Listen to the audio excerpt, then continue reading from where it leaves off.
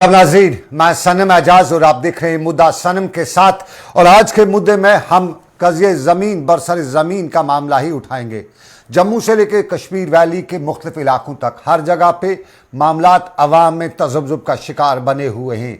जम्मू में इस वक्त पुंछ के लोगों का प्रदर्शन भी, मुजाहरा भी चल रहा है और कश्मीर में भी सवाल उठ रहे हैं। पिछले एक हफ्ते के दौरान ये सवालात जो हैं, अभी आपको हमारे टेलीविज़न स्क्रीन पे जो तस्वीर आएगी, जो विजुअल आएगा, उसको देख के अंदाज़ा हो ही जाएगा। ये सरकार का हुक्मनामा है और सरकार के हुक्मनामे में रोशनी एक्ट के तहत ज़मीन घास चराई या सरकार की जो ज़मीनें वगैरह हैं उनको रिट्रीव करने का जो हुक्मनामा है, उसके पस मंज़र में ये सब कुछ हो रहा है।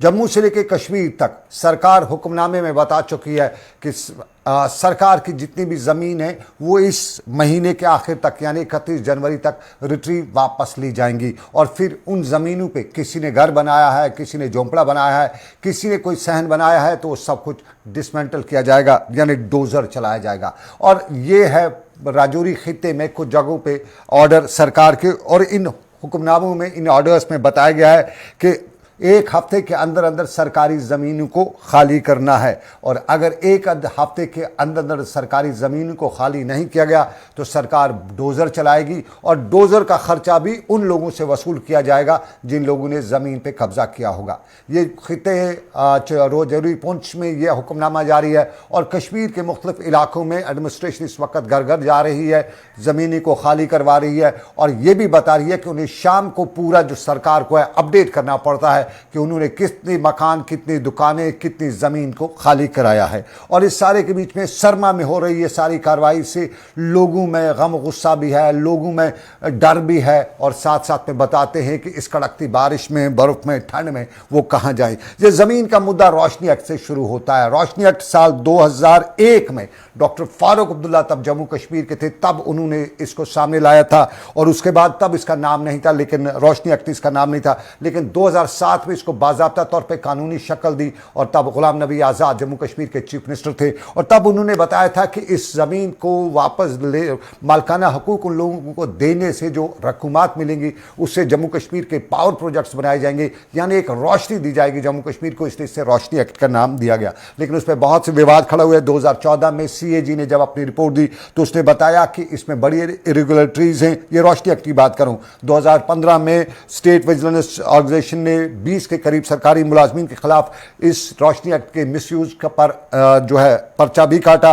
और फिर सत्यपाल मलिक ने ये 2018 में जब वो लेफ्टिनेंट गवर्नर थे जम्मू कश्मीर के, और तब उन्होंने ये कि CBI को मज़ीद तहकीकात के लिए 2020 में अंकुर शर्मा वो हर कोर्ट में गए थे और कोर्ट से बाज़ाब्ता तौर पे इसको अनकॉन्स्टिट्यूशनल, जो कॉन्स्टिट्यूशन जो लेजिस्लेचर पास होकर आया था, इसको अनकॉन्स्टिट्यूशनल करार दिलवाया और इससे नल एंड वाइड करवाया। और 2020 में आपको याद होगा, नवंबर 2020 में रविशंकर प्रसाद ने इल्ज़ाम लगाया था कि रोशनी स्कैंडल है, ये एक स्कैंडल है। तब वो मरकज़ी वज़ीर थे और उन्होंने बताया था कि इसका फ़ायदा जो है डॉक्टर फारूक अब्दुल्ला को मिला है, हसीब द्राबू को मिला है, सज्जाद किचलू को मिला है और सबका जो जम्मू कश्मीर बैंक चेयरमैन मोहम्मद यूसुफ खान को मिला है। उन्होंने प्रेस कॉन्फ्रेंस में इल्ज़ामात लगाए थे और बताया था वही है। ये क्या है असल मामला? जुनैद हाशमी सीनियर सहाफ़ी और इस सारे मामले पर बड़ी नज़र रखें, वो मेरे साथ जम्मू से ज्वाइन कर रहे हैं और उसके साथ साथ मेरे साथ अंकुर शर्मा, यकजुट जम्मू और एडवोकेट अंकुर शर्मा मेरे साथ ज्वाइन करें। जुनैद, बहुत शुक्रिया आपका। अंकुर, आपका भी बहुत बहुत धन्यवाद। सबसे पहले जुनैद, जरा आपसे जानना चाहूंगा, ये कज़िया जो ज़मीन इस वक्त है, ये कितना ज़मीनी सतह पे लोगों में खौफ डर पैदा कर चुका है?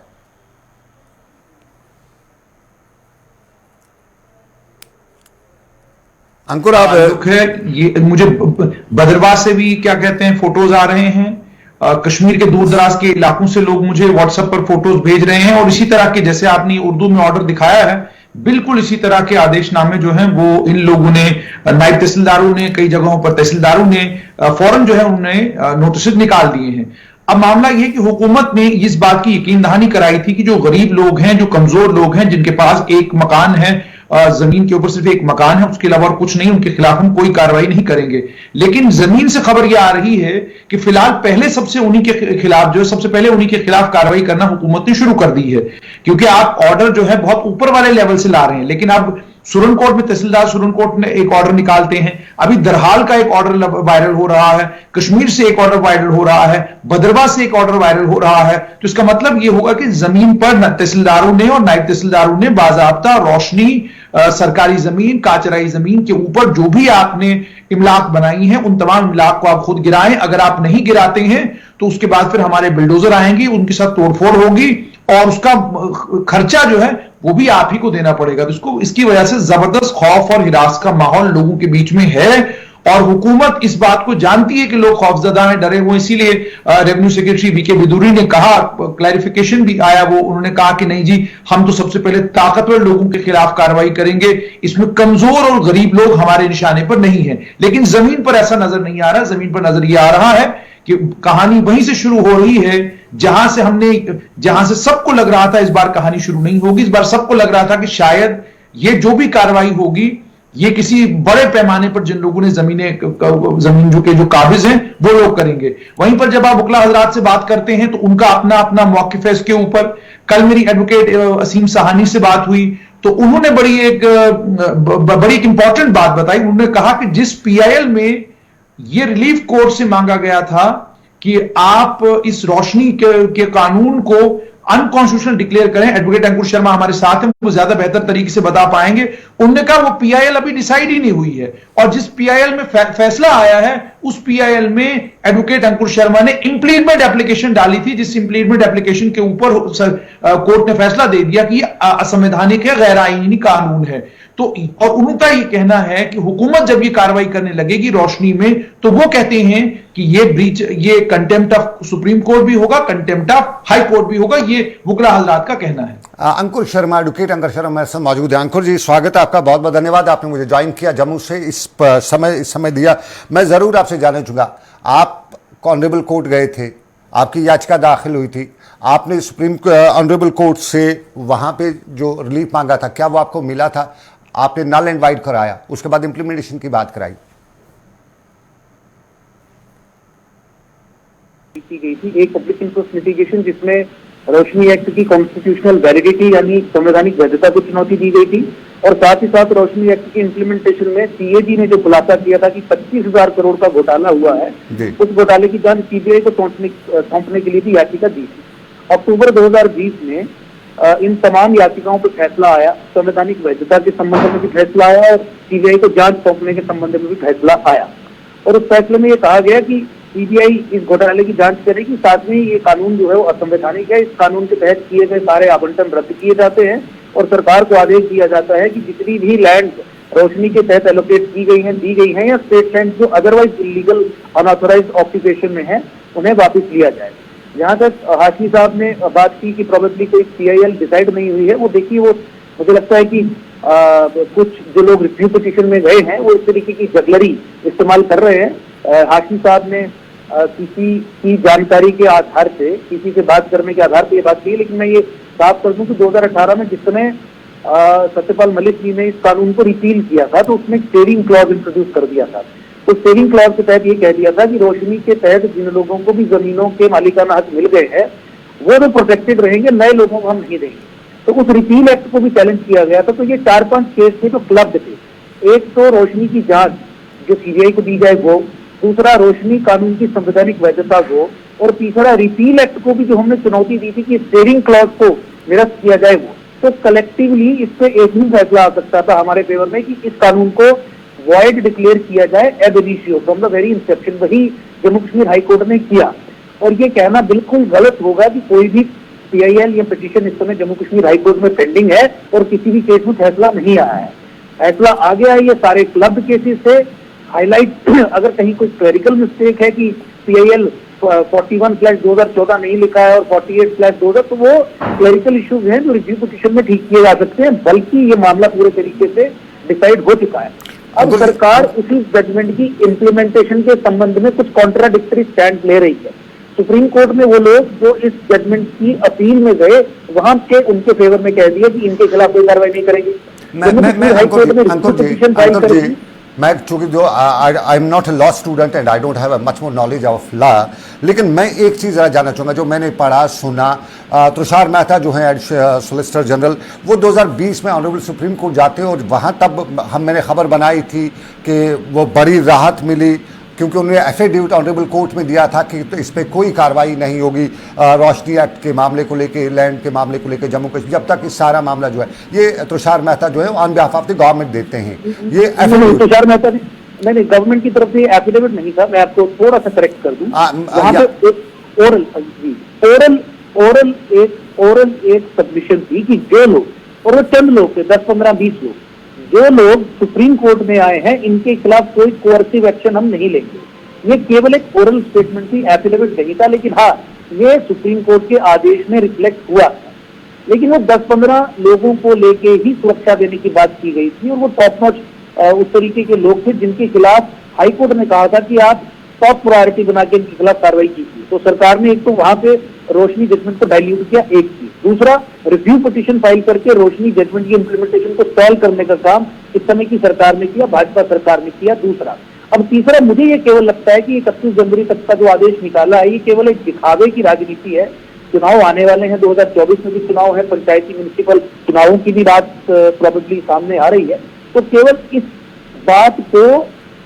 इस बात के लिए जवाब तैयार करना कि नहीं हम काम कर रहे हैं, क्योंकि हाईकोर्ट भी इनसे पूछता है कि आपने जजमेंट की इंप्लीमेंटेशन का क्या किया। रिव्यू पिटीशन में कोई स्टे ऑर्डर, स्टेटस को ऑर्डर किसी भी तरीके का रिलीफ किसी को नहीं मिला है। तो मुझे लगता है कि ये देखने वाली बात होगी किस तरीके से इसकी इंप्लीमेंटेशन होती है, और इसकी इंप्लीमेंटेशन में टॉप प्रायोरिटी आपको ex politicians, ex chief minister, deputy chief minister, मंत्री, bureaucrat, IAS, IPS, KS, KPS, high court ने भी कहा है कि उनको बना के खाली करवाना पड़ेगा।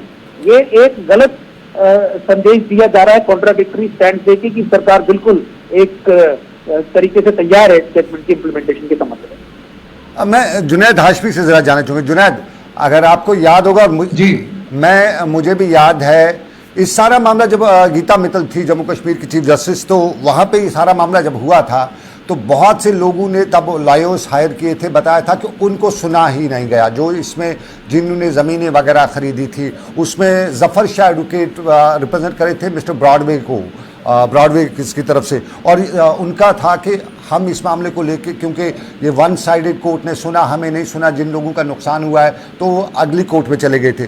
और फिर उस अगली कोर्ट से साफ जाहिर है आपका उसमें क्या, फिर बाद में जो आपने वकीलों से बात की, उसको इसको पढ़ा, क्या निकल के आ रहा है? उनको सुना गया? क्योंकि उन लोगों का कहना था हमने पैसे भी दिए, सरकार ने बताया कि हम पैसे वापस दे देंगे। वो पैसे जिन लोगों ने भरे उनको पैसे भी वापस नहीं मिले। अभी वो सारा केस पेंडिंग में है, सरकार ने यहाँ से दूसरा मामला उठा लिया।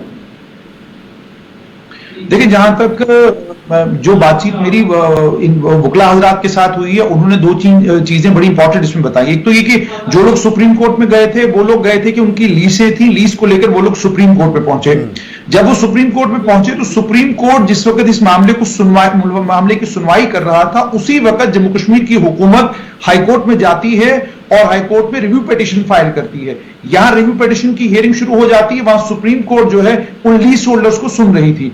उन लीज होल्डर्स की जिस वक्त सुनवाई हो रही थी तो उस समय तुषार मेहता कोर्ट के अंदर खड़े होकर सुप्रीम कोर्ट को इस बात का आश्वासन देते हैं, और मेरे एग्जैक्ट वर्ड्स हैं उनके, जिन्होंने कहा था no coercive action will be taken against anyone. उन्होंने ये वादा सुप्रीम कोर्ट में किया। अब जैसे मैंने आपको कहा कि एडवोकेट अंकुर शर्मा से आप बात करेंगे तो इनका पर्सपेक्टिव वो भी मैंने लिया है। जब आप बात करते हैं एडवोकेट असीम साहनी से, जब मैंने उनसे बात की तो उन्होंने कहा कि जो ये यकीन दहानी कराई है सुप्रीम कोर्ट में assistant solicitor general of India ने कि हम कोई कोर्सिव एक्शन इनके खिलाफ नहीं लेंगे, अब अगर आज ये कोई कोर्सिव एक्शन लेते हैं तो उस कोर्सिव एक्शन का नतीजा ये होगा कि आप कंटेम्प्ट ऑफ कोर्ट करेंगे। ये उन्होंने मुझे कहा। कंटेम्प्ट ऑफ कोर्ट भी कहा। मैं जुनैद आपसे रुकूंगा आपको, मैं जी जरा कंटिन्यू करिए, उसके बाद मैं एक छोटा सा कमर्शियल ब्रेक लूंगा। मैं थोड़ा सा आपको कुछ बताना चाहता हूं। इसमें आप इंटरेस्टिंग चीज ये देखिए कि जो डिटेल्स हाईकोर्ट को 2020 में जम्मू कश्मीर की सरकार ने फराहम की थी वो बड़ी इंटरेस्टिंग डिटेल्स हैं। जब आप डिटेल में नजर दौड़ाते हैं तो आपको पता चलता है कि बारामूला डिस्ट्रिक्ट में 1,14,135 कनाल स्टेट लैंड है, और इस स्टेट लैंड में से जो रेगुलराइज हुई है रोशनी में वो कुल 4,200 कनाल है। यानी 10,000 कनाल भी नहीं, सिर्फ 4,200 कनाल है। एक और मिसाल मैं आपको दूंगा, गांधरबल में 24,544 कनाल जमीन के ऊपर काबिज हैं लोग, स्टेट लैंड के ऊपर काबिज हैं। इसमें रोशनी जो रेगुलराइजेशन हुई है वो कुल 809 कनाल के करीब करीब हुई है। कुलगाम में आप चले जाइए, वहां पर 29,114 कनाल के करीब करीब जमीन है जिस सरकारी जमीन के ऊपर लोग काबिज हैं, लेकिन रोशनी में जो रेगुलराइज हुई है वो कुल 941 कनाल रेगुलराइज हुई है। इसी तरीके से मैं थोड़ा सा जम्मू संभाग में आऊंगा। डोडा में 1,77,551 कनाल सरकारी जमीन के ऊपर कब्जा है और उसमें से जो रोशनी में रेगुलराइज हुई है वो 54,222 कनाल के करीब करीब रेगुलराइज हुई है। अब मैं आऊंगा जम्मू में, यहां पर 1,60,358 कनाल जमीन के ऊपर सरकारी जमीन के ऊपर कब्जा है और उसमें से जो रोशनी में रेगुलराइज हुई है वो 44,915 कनाल के करीब करीब रेगुलराइज हुई है। यानी लगभग 1,16,000 कनाल के करीब करीब जमीन ऐसी है जो रोशनी में रेगुलराइज नहीं हुई है, लेकिन उसके ऊपर भी अवैध कब्जे हैं। अब मैं आऊंगा रजौरी में। रजौरी में 3,96,018 कनाल की जमीन के ऊपर कब्जा है और रजौरी में आपको जानकर हैरानी होगी कि 2,83,444 कनाल जमीन रोशनी में रेगुलराइज हुई है। रजौरी बॉर्डर इलाका है, ये आपको ध्यान में रखना होगा। उसके बाद आप आइए एक और इलाके में मैं जाऊंगा, पुंछ। मैं जरा जुनैद पुंछ का ख्याल रखिएगा। मुझे एक छोटा सा अपने स्पॉन्सर्स का भी ख्याल रखना है। मैं 10 सेकंड का एक कमर्शियल ब्रेक लेता हूं, उसके बाद आप वापस आता हूं आपके पास। चलिए, छोटा सा कमर्शियल ब्रेक।